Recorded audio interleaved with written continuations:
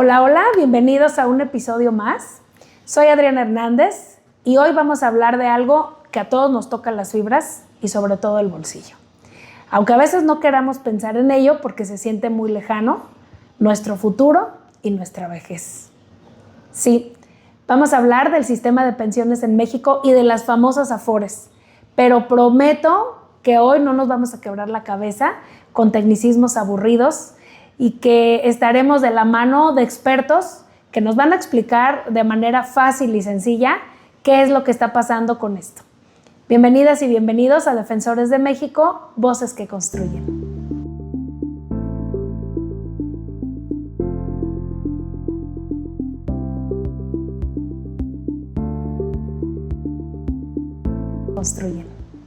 Para ayudarnos a desmenuzar todo esto que les estoy diciendo con peras y manzanas, tenemos hoy con nosotros a Carlos Arce.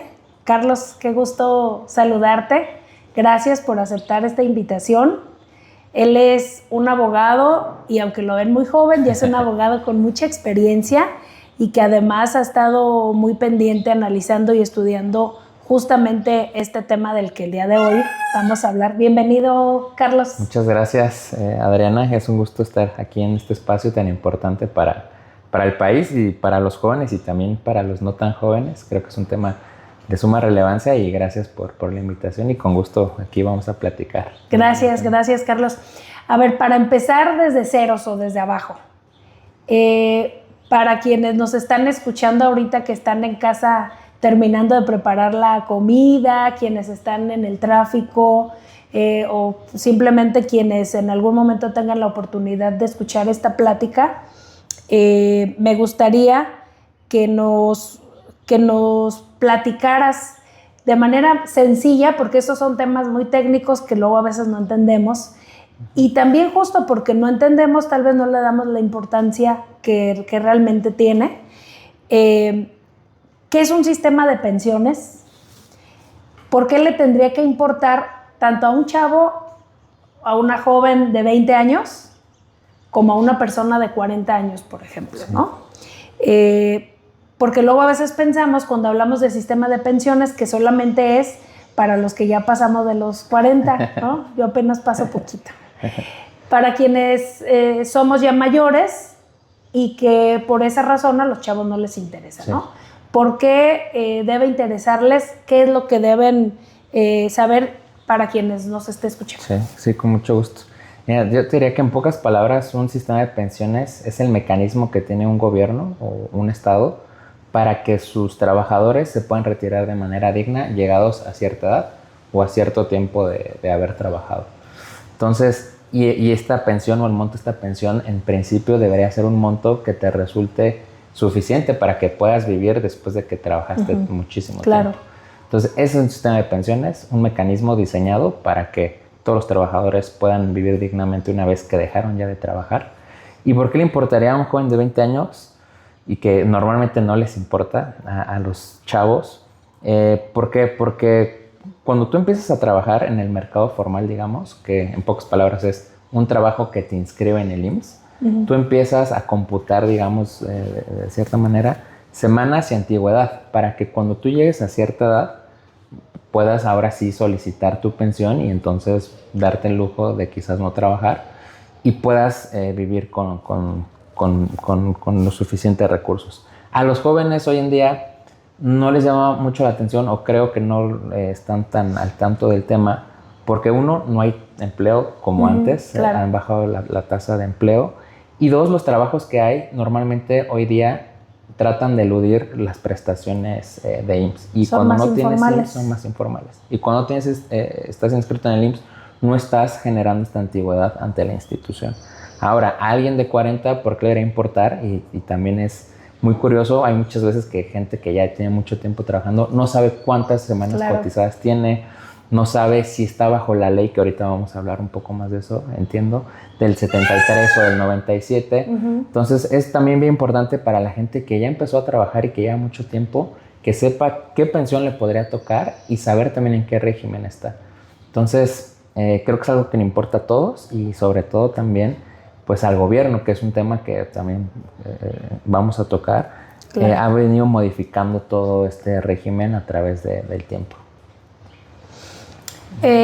Oye, Carlos, justamente tú hablabas ahorita de un tema que se escucha mucho y que te soy honesta, incluso yo personalmente hace varios años, tampoco no, por eso digo que sí es importante que quienes nos damos cuenta de lo importante que es esto, lo digamos, porque yo misma hace algunos años no sabía el tema de la ley del 73 y luego de la ley o de la reforma del 97. Me di cuenta por algunos trámites que estaba haciendo que justamente mi primer empleo formal fue unos meses antes de la entrada en vigor. De entrar en vigor. Entonces, buena noticia. Me di cuenta que ya tengo muchos años trabajando, afortunadamente desde muy jovencita, pero si no, tal vez, pues tampoco no me habría puesto a investigar este tema por sí sola, ¿no? Entonces, justamente el futuro pues nos está alcanzando a todos,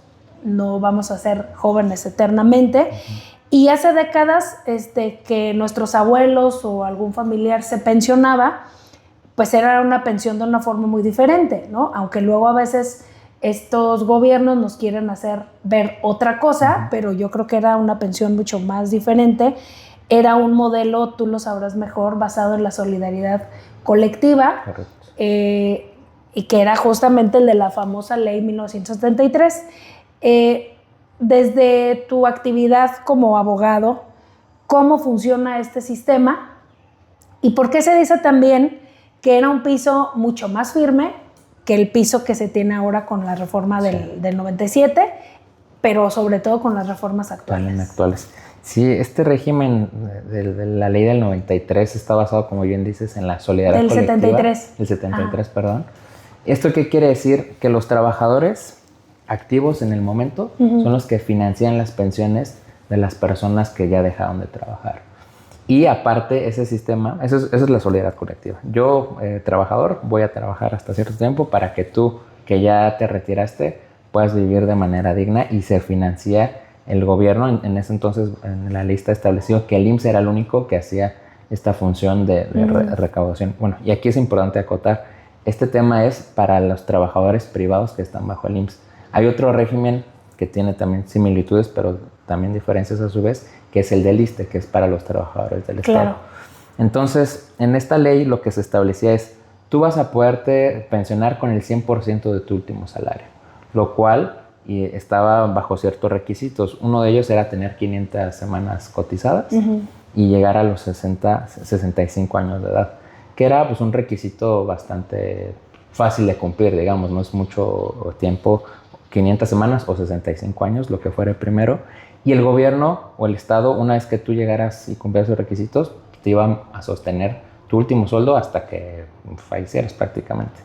Vitalicio. Vitalicio, de manera vitalicia. Sí. Entonces, este régimen en los gobiernos, ahora sí que del PRI de esta temporada, de esta etapa, se había pensado para ser muy solidario con el trabajador. Lo que pensaron los economistas de ese momento y los gobernantes en turno es: queremos que nuestros trabajadores puedan sentirse respaldados por el Estado, por su gobierno, una vez que van a dejar de trabajar. Pero ¿qué pasó con la del 97? Y esto sí es bien importante decirlo, este sistema, si bien es muy solidario y suena muy benéfico para todos, y que sin duda creo que es un derecho constitucional que se debe respetar, financieramente no era responsable. ¿Por qué? Porque, y hoy día lo vemos todavía, el gobierno no tenía el suficiente recurso para seguir manteniendo estas pensiones. Entonces, unos economistas, ahora sí ya más de otra ala, digamos neoliberal, de hecho yo estudié economía en esas escuelas y te enseñan mucho eso, empezaron a hacer un sistema en donde, o a pensar un sistema muy pensado en el sistema chileno. De hecho se copió de los neoliberales de Chile este sistema, para que el gobierno ya no fuera quien te garantizaba tu pensión, sino ahora a través del IMSS, sino ahora a través de Afores. ¿Y qué implicaba este cambio, o qué implicó este cambio? Que tú ya no tienes la certeza de cuánto vas a pensionarte, porque ahora depende del mercado. Tú cada vez que trabajas te descuenta tu patrón un porcentaje, que ese porcentaje se va a la Afore. Pero la Afore lo que hace con tu dinero es invertirlo en diversos instrumentos financieros. Y si la Afore hace algo, una operación financiera que no beneficia al trabajador, pues prácticamente estás indefenso porque depende totalmente del mercado. Y entonces es por eso que esta ley se pensó de una manera, sí para cuidar las finanzas públicas, pero también de manera muy importante desprotegió al trabajador. Ya nos dijiste, Carlos, lo que ha sucedido con esta ley del 73 y alguno de lo que ha sucedido con el cambio de la reforma del 97. Pero me surge una duda. ¿Qué es lo que realmente se pierde con esta decisión o con esta modificación de la ley? Porque siempre cuando hay iniciativas, quienes hemos tenido la oportunidad de ser legisladores, yo siempre digo que con cada reforma vienen cosas buenas seguramente, pero también cosas no tan favorables. Sí. Aunque actualmente casi son puras cosas malas, ya sí, pocas cosas se rescatan, casi nada, ¿no? Pero me regreso a lo de la reforma del 97. ¿Qué crees tú que fue lo que se perdió mayormente con esa decisión? Sí, lo que yo creo que se perdió principalmente fue certeza. ¿Por qué? Porque con la anterior ley, la previa al 97, el trabajador sabía con cuánto se iba a pensionar, que era prácticamente el 100% de su último salario base. Ahora con la ley del 97 se pierde esa certeza porque ahora depende de los rendimientos que tenga la Afore que está administrando tus recursos. Entonces eso es lo que diría, la certeza de que ya no sabes con cuánto te vas a jubilar, y aparte de que te subieron también, o se subieron los requisitos. Las semanas de cotización pasan de 500 a 1250, y pues eso implica que vas a necesitar más tiempo para poderte pensionar y trabajar por lo tanto más tiempo todavía. Ok. Hablando de cambios, últimamente ha hecho mucho ruido en los medios, en las cámaras, y casi por todo este ruido que se ha hecho es que surgió pues la inquietud de tener esta plática, sobre todo con alguien tan joven como tú, pero no que por joven no esté preparado, porque tienes mucha preparación. Y justamente hablando de estos cambios y hablando del ruido que se ha escuchado, se ha hablado sobre modificaciones a las leyes de Afores en México actualmente, ¿no? Hemos escuchado que si ahora está el Fondo de Pensiones para el Bienestar, que bueno, que si el gobierno va a agarrar el dinero de la gente y se lo va a gastar, que si quedaste, que si estás inactivo, lo puedes perder, ¿no? Sí. Entonces, esto, y derivado de esto, que a lo mejor son cosas reales, van surgiendo otras inquietudes u otros comentarios que a lo mejor no son reales, ¿no? Entonces, yo quisiera preguntarte, ¿de qué se trata realmente esta última modificación? ¿Qué es lo que va a pasar con las cuentas que están inactivas? Por ejemplo, si yo tengo mi cuenta inactiva o algún familiar, ¿qué sucede? ¿La voy a perder? ¿El gobierno puede hacer uso de ese recurso? ¿Qué está pasando? Igual así, desmenuzadito con peras y manzanas para entender todos. Sí, a ver, este fondo de pensiones en el papel, porque como bien dices, una vez que uno legisla, pues puede saber si es bueno, pero también vienen algunas, digamos, desventajas que no se prevén. Pero bueno, al menos en el papel, y lo que planteaba el gobierno, o planteó el gobierno en esta iniciativa, que pues ahora ya es una realidad, es que el fondo de pensiones va a servir para completarte la pensión hasta que llegues al 100% de tu sueldo, pero topado a 16,500 pesos aproximadamente.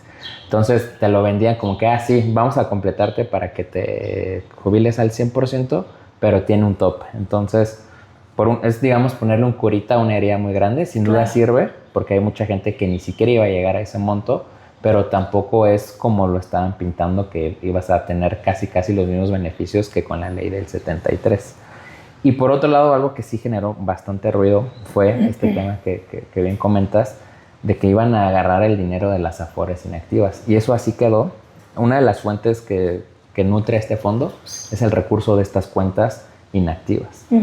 ¿Y qué sucede aquí? Es, para que el público que nos escucha sepa, si ustedes tienen una cuenta inactiva, no es que el gobierno ya se lo vaya a quedar, digamos, de entrada. Si hay un proceso y la ley te establece un plazo para que tú hagas la reclamación de tus fondos. Te lo van a hacer muy cansada, eso sí. Claro. Pero si hay un proceso establecido en la ley para que tú como trabajador digas, yo tengo una Afore, y muy fácil, recomiendo aquí a los que nos escuchan que se metan a la página de la CONSAR, ahí pueden consultar, obviamente metiendo sus datos personales, si están en una Afore o no, porque hay mucha gente que no lo sabe. Que ni siquiera sabe. Entonces exacto. sería el primer paso quizás de recomendación para que sepan si tienen una Afore o no. Y una vez que ya saben que sí la tienen y quieren hacer uso de esos recursos, pueden hacer el proceso para que de esa manera pues el gobierno no te tome ese recurso, y que es el que va a nutrir el fondo de pensiones. Y también algo bien importante para evitar que esto pueda pasar, que se nombren beneficiarios, porque cuando una persona fallece o por alguna razón ya no puede hacer el trámite, su beneficiario sí lo puede hacer. Entonces normalmente aquí se pone al cónyuge, esposa o esposo, a los hijos, etcétera, para que ellos entonces puedan ser los que reclamen en su momento ese recurso. De lo contrario es bien complicado. Pero sí, hoy día, para regresar un poco a la pregunta, las cuentas inactivas, ese dinero sí lo tomaría el gobierno para nutrir este fondo de pensiones. Y también generó mucha polémica porque las Afores mencionaban que pues no es un recurso del gobierno, y eso es cierto, claro, es un recurso de los trabajadores. De los trabajadores, por supuesto. Pero fue la manera que encontraron para nutrir este fondo, pero obviamente con estos candados que pues, podrían a veces no ser suficientes. Claro.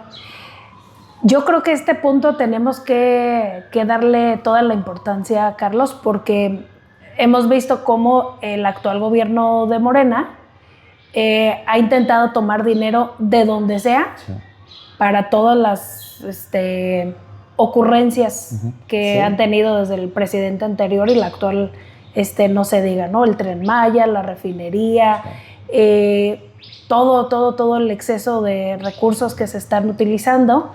Y creo que por eso llamó la atención el hecho de, pues no tienen ética, porque ya se gastaron todo lo que había de reserva para sus ocurrencias, sí. Y ahora van por el dinero de los trabajadores. Sí. Entonces quiere decir que sí es cierto, porque justamente pues hay candados que con otra iniciativa que presente la presidenta y teniendo la mayoría, sin problema los van a quitar, ¿no? Pero a ver, para que quede todavía más claro, si yo tengo ahorita mi Afore inactiva o algún familiar o alguna persona que conozcamos, alguien tiene una Afore inactiva, yo puedo solicitar que me entreguen mi recurso que tengo hasta el día de hoy. Sí, eso es correcto. A ver, para ser claros, como en cuanto a plazos, lo que establece o lo que está hoy en día en la ley es que si la cuenta está inactiva por más de 3 años, ese dinero ya puede pasar al fondo. En principio, porque uno no sabe si se va a ir al fondo o no de pensiones, pues como no, se puede confianza no hay, entonces, entonces, obra o a cualquier otro destino supuesto que no sea este fondo de pensiones. Entonces, para que no pase eso, lo que sugeriría es, si tienes tu cuenta inactiva, pues de cierta manera, primero enterarte si tienes o no. Claro. Porque uno a veces no lo sabe. Hacer este trámite de, a ver, pues yo ya quiero de vuelta mi dinero, ya no estoy trabajando o no pienso trabajar, pero pues es mi derecho tener ese recurso. Claro. Solicitarlo, y si la persona falleció por alguna razón y el hijo de un señor sabe que su papá tenía, pues hacer el trámite, obviamente asegurándose que haya sido beneficiario. Porque si el señor nunca nombró un beneficiario, ahí sí va a ser muy difícil que le entreguen el recurso que se encuentra en esa bolsa, por así decirlo. Entonces, eso sería lo principal que aconsejaría para evitar esto. Y pues sí, porque al final de cuentas, como decíamos, no es dinero del gobierno. Y el gobierno, de cierta manera, encontró esta forma para decir, bueno, pues están inactivas es porque pues, no tienen interés, no lo necesitan, ¿no? Pero pues hay muchas razones. Y una de las principales es, yo ni siquiera sabía que tenía una Afore. Conozco muchísima gente que cuando comentamos este tema me dicen, oye, ¿cómo puedo saber si yo tengo algo en Afore? E incluso hay quienes han ido a preguntar y les dicen, es que es muy poquito lo que tienes, no te conviene retirarlo. Pero dado que se lo quede el gobierno a que lo puedas utilizar, habría que valorar ahí. Sí. Lo que me queda muy claro, Carlos, es que parece que todas estas reformas se hacen al vapor, porque va en perjuicio de la gente. Lo hacen con alevosía porque saben que es un recurso que ellos van a poder utilizar alevosamente, con ventaja, justamente porque además hay muchas personas que tienen menos acceso a la información y que Correcto. seguramente no sabrán, ¿no? Sí. No sabrán y que trabajaron toda su vida y que no tienen idea de que ese recurso lo tienen y que hoy les pueda servir para algo, ¿no? Yo creo que sería muy fácil para este gobierno o para cualquier gobierno sentarse con especialistas, tomar en cuenta la opinión real de los ciudadanos, de qué es lo que se quiere, qué es lo que se piensa, pero bueno, nuevamente hacen todo al vapor. Pero yo te quisiera pedir que nos digas, para quienes nos escuchan y que ya les abrimos un poquito el chip de lo que puede suceder con su ahorro, ¿qué opciones tiene un trabajador que cambia muy seguido de empleo? ¿Sí? O sea, que sí tiene empleo formal, pero que tiene hoy un empleo formal, empieza a cotizar nuevamente y luego después ya no lo tiene, entra a un empleo informal. ¿Qué sugerencia harías ahí para que se pudiera o pensionar bien o también que vean que no les va a alcanzar la pensión? Sí, qué buena pregunta, que creo que esa es de las cosas más importantes que debemos de ver, porque pues, es muy difícil ahora que uno quiera reformar las leyes y que haya voluntad. Claro, no. Pero pues no, ya no, uno no, como ciudadano pues le quedan justo herramientas sí, para tratar de mitigar este riesgo. Yo diría que el primero, cuando uno cambia de trabajo a otro, asegurarse que en el nuevo empleo que vas a tener, pues, sí estés en el IMSS y que por lo tanto estés cotizando en las afueras. Si no, hay la manera que también sean aportaciones voluntarias. Entonces, pues, te va a costar un poco más, pero bueno, de cierta manera vas asegurando que se vaya haciendo una bolsa para cuando te tengas que jubilar. Y la otra es, si no hay manera o no se quiere hacer esto, yo sugeriría también explorar otro tipo de alternativas. Por ejemplo, hay planes personales para el retiro. Es una figura que manejan mucho las aseguradoras. Cualquier agente de seguros que uno conozca le puede asesorar al respecto. Lo que consiste, en pocas palabras, es va haciendo el trabajador una aportación al fondo y este fondo en algún momento te lo dan con rendimientos y de esa manera pues tienes, digamos, una bolsita más que no te daba tu afuera. Y aparte hay beneficios fiscales, puedes deducir parte de las ganancias. Pero a veces también la crítica que se hace a este esquema es que no beneficia del todo y los rendimientos son muy bajos. Claro. Pero por otro lado, también lo que puede hacer cualquier trabajador, incluso si es trabajador formal o no, pues es hacer este tipo de inversiones en CETES. Antes están, digamos, mejor pagadas, han bajado las tasas de interés, pero también es una manera que tiene el trabajador de ir haciendo un fondito para que cuando llegue a cierta edad, pues no se quede desprotegido con lo que le va a dar la Afore y ya tenga entonces un fondito más de donde tomar para poder seguir subsistiendo. Entonces sería invertir en CETES. También hay unas nuevas modalidades de inversión que son seguras. Aquí sí quisiera resaltar que se hacen a través de bancos o de SOFIPOS, que se llaman Sociedades Financieras Populares. Hay una muy famosa que es morada, donde tú haces una cajita, le llaman ellos, y te van dando un rendimiento mensual. Ahorita han bajado también las tasas, pero en su momento te pagaban hasta el 15% anual. Entonces ibas depositando cada semana o cada quincena o lo que tú quisieras, el periodo de tiempo que quisieras, y en algún momento retirar ese dinero. Lo que aquí, normalmente yo que me dedico a esto, lo que aconsejo es, hay una cosa que se llama el interés compuesto, que quiere decir, mientras tú vas aportando más a una bolsa de dinero, esa bolsa de dinero se va multiplicando por el interés compuesto, que quiere decir, ahorita tengo 1,000 pesos, digamos 15%. Después tengo 2,000, a ese mismo 15% ya es más que cuando tenías 1,000. Entonces vas sumando y ese dinero que vas sumando se va multiplicando a su vez y vas a tener en algún momento pues mucho más dinero de lo que tú ahorraste. Entonces esas serán como las maneras de mitigar estos riesgos. Y también bien importante, y sería creo que la base, tener educación financiera. Ahora creo que es muy fácil acceder a la información, incluso uno puede hacer una búsqueda en YouTube, ver un video. También autoridades financieras, como Conducef o la CONSAR, en sus páginas web tienen bastante información también que resulta amigable para que uno se vaya enterando de esto.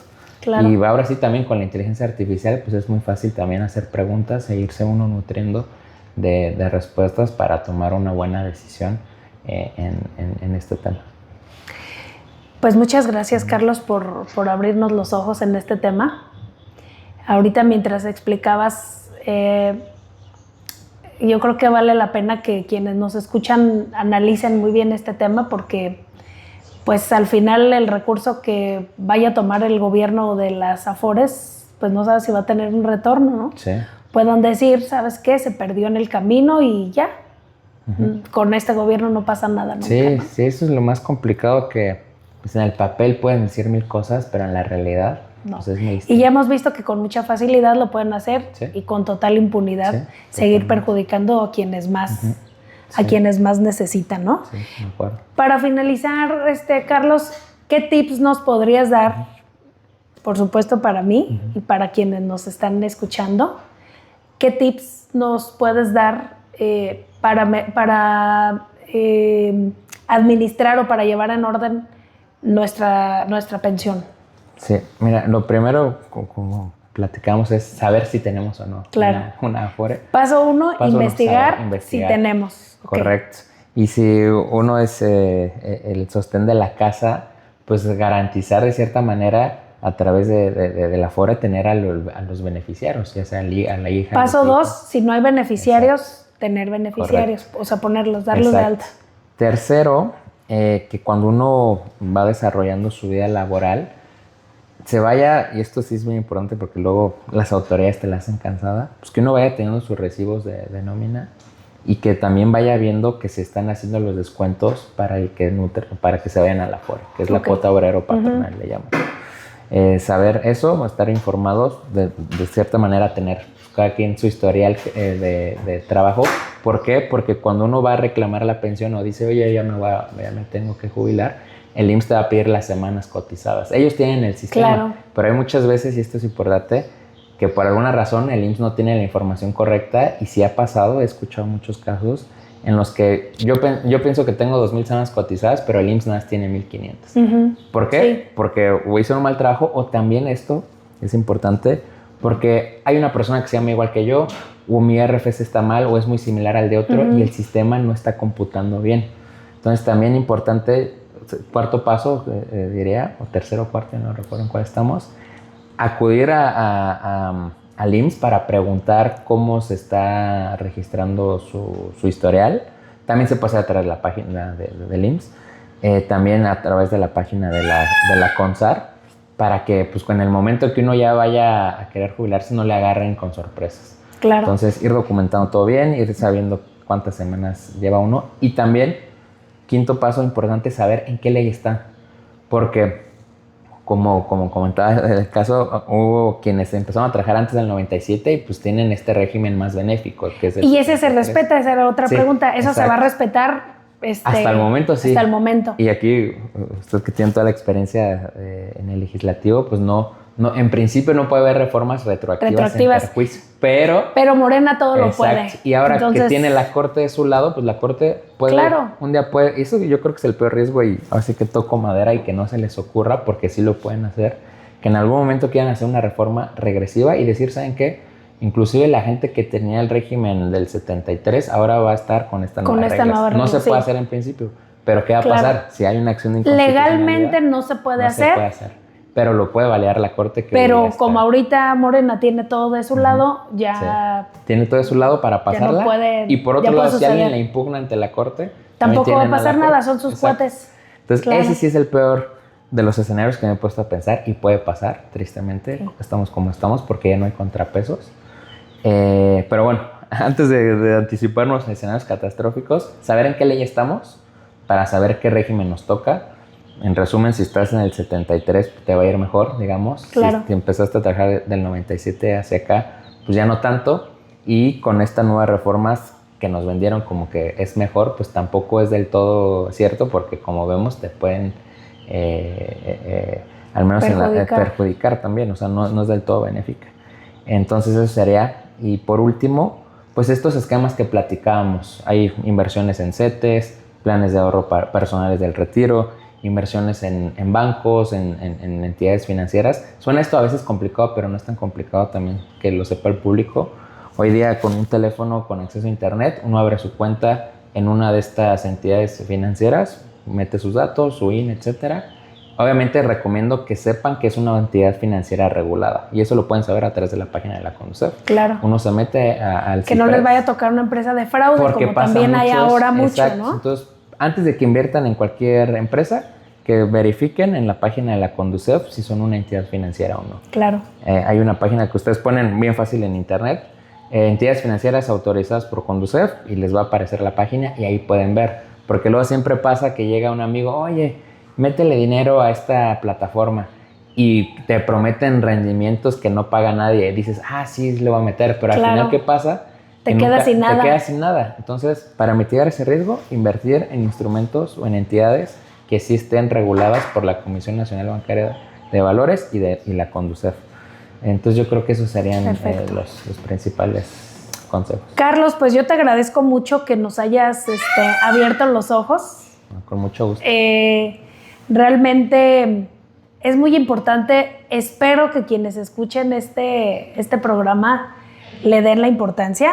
Y te quiero pedir una cosa adicional que no le hemos pedido a quienes nos han acompañado anteriormente, pero a ti sí te lo quiero pedir, que nos ayudes si alguien tiene alguna duda, si alguien quiere orientación. Yo sé que tú eres un abogado muy ocupado, pero también sé que te gusta ayudar, sí, ¿no?